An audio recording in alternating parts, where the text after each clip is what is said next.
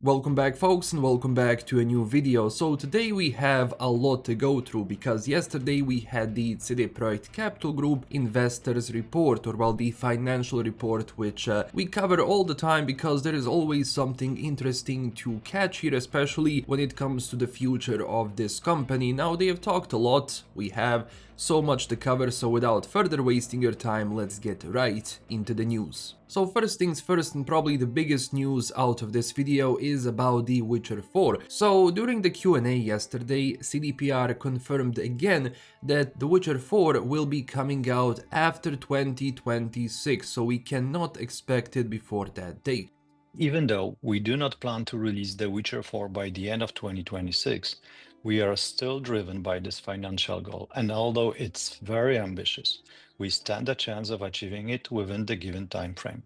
My idea of The Witcher is probably late 2027, even jumping into 2028. And I know that this might be a bit more pessimistic for some people because they expect it sooner, but to be honest, with everything that I can see in front of myself, especially when it comes to the incentive program B, which we can see here, they want to have at least 3 million to 4 million consolidated net profit goals from 2024 to 2027 and from 2025 to 2028. So we can see what basically they want for their future, especially when it comes to profit within their company. We can definitely assume that 2027, 2028, if this continues as it is development-wise, we can expect The Witcher 4 to come out. The Witcher remake is gonna be developed after all of these other projects have already been released. That includes the Cyberpunk sequel, The Witcher 4, and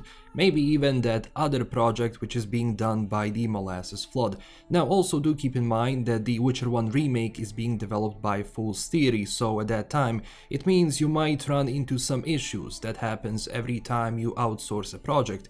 But keep in mind, even though that CDPR is not leading the main charge with this remake, they still have developers from their own company overseeing the project and ultimately contributing to make it as, you know, their vision entails. So at least we kinda have a time frame of the next Witcher game, so yeah. We have to wait a bit, but hopefully the wait is gonna be worth it because, well, this is going to be their first game in UE5, and I just hope everything is gonna be fine, you know, when it comes to release. Because if they don't hurry with this, it's okay. I mean, they have probably learned their lesson from Cyberpunk 2077, that initial release, and some of the problems which even The Witcher 3 had during development. Keep in mind, it wasn't all great when The Witcher 3 was being developed, but they were kinda more lucky with that game because it came out and it didn't really have issues that Cyberpunk had, let's say, on some platforms on release. In the other news, we also learned that CD Projekt has entered into a strategic partnership with Scopely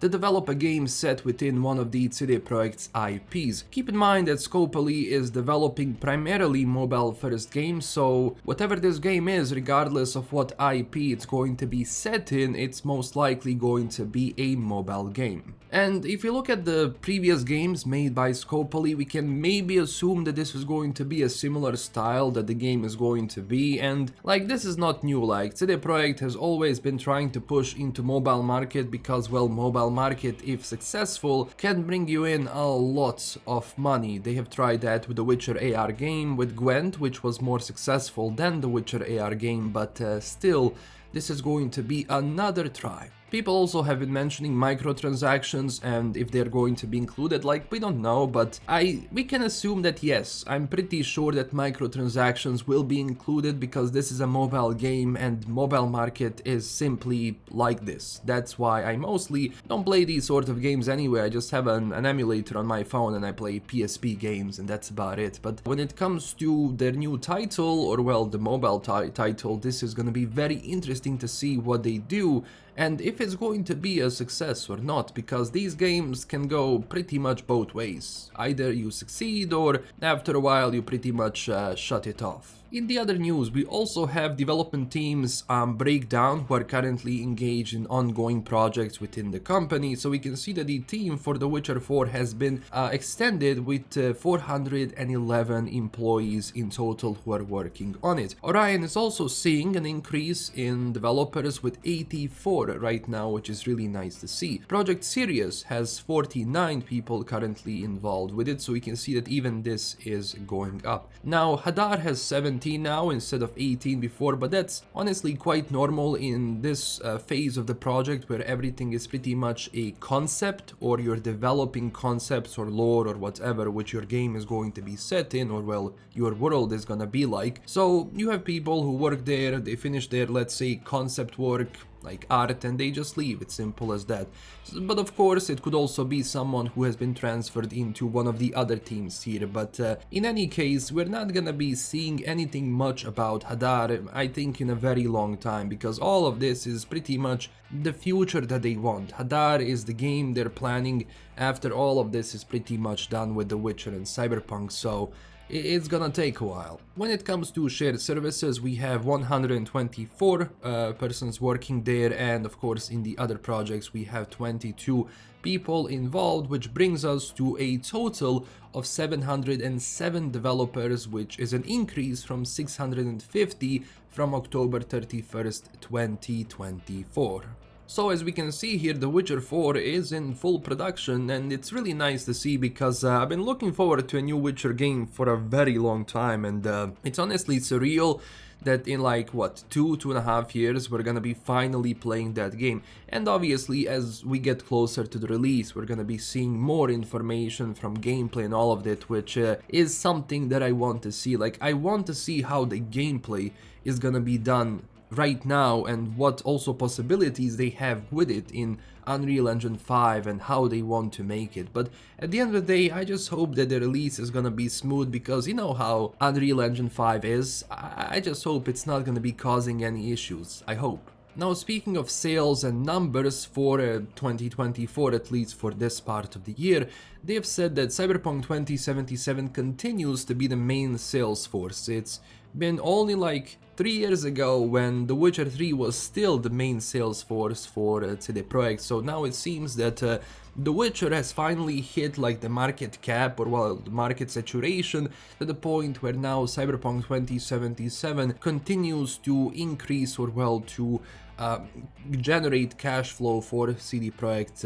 in general. So keep in mind that if they haven't fixed the game so much, which they did right now, and with everything they have worked on, I don't think these sales would be this high. But because they fixed the game, they continue to work on it, they reinvested a lot of money back into it, ultimately all of this paid out, and now I think for the next 2 years Cyberpunk is gonna be generating enough profit for them to kind of keep things flowing and to keep things expanding, because it's not easy when you don't have major releases and your spending goes up, because right now you're producing a lot of things. And they also repeated numbers from previous year, saying that, well, Cyberpunk 2077 sold 30 million copies and Phantom Liberty sold 8 million copies so far, and that's across all platforms. So when it comes to revenues and profit, this time they generated 1 billion Polish zloty, which is consolidated revenues, as I said, which is approximately $295 million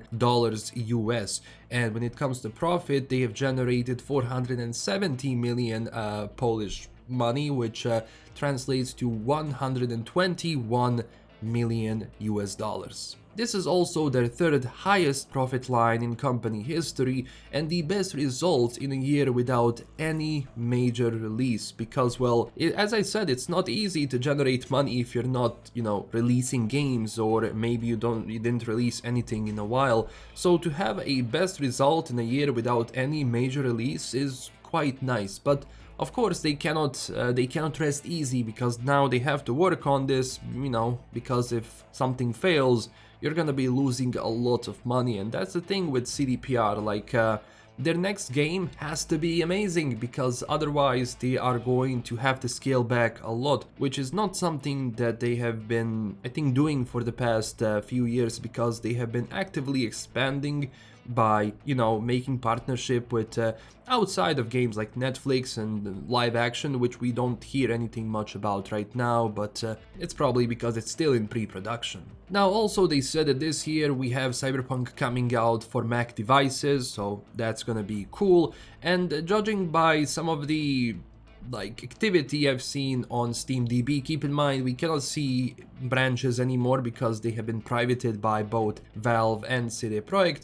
We can see some of the changes within the history, but this could be both maybe, you know, that Mac version or maybe they want to have another patch or an update. But I wouldn't be surprised if they maybe box in like the Mac release with maybe an update giving you some new things. Small things of course, but you know, kind of what they got used to do in the past few months. And they also said that they managed to increase their war chest for investing in new technologies and projects, so they do have money on the side, which is, you know, for development. And that's also good because if you have money on the side, that means you don't have to take any more funding or investors, and you can keep your freedom which you have with how you develop your games, how you publish your games, and what do you include in your titles and games should be up with CD Projekt in the foreseeable future, because I think they really are, you know, trying to stop any sort of a takeover which is ultimately going to turn this company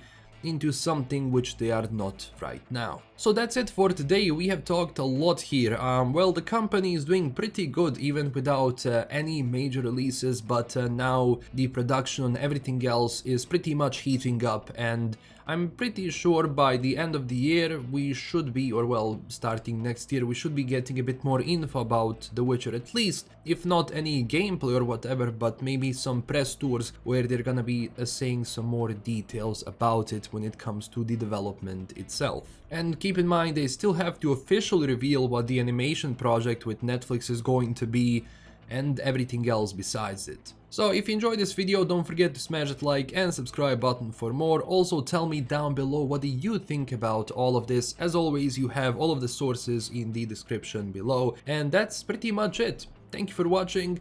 Leave your comments down below. Huge thanks to my current Patreon supporters, and I will see you very soon with a new video. Bye bye.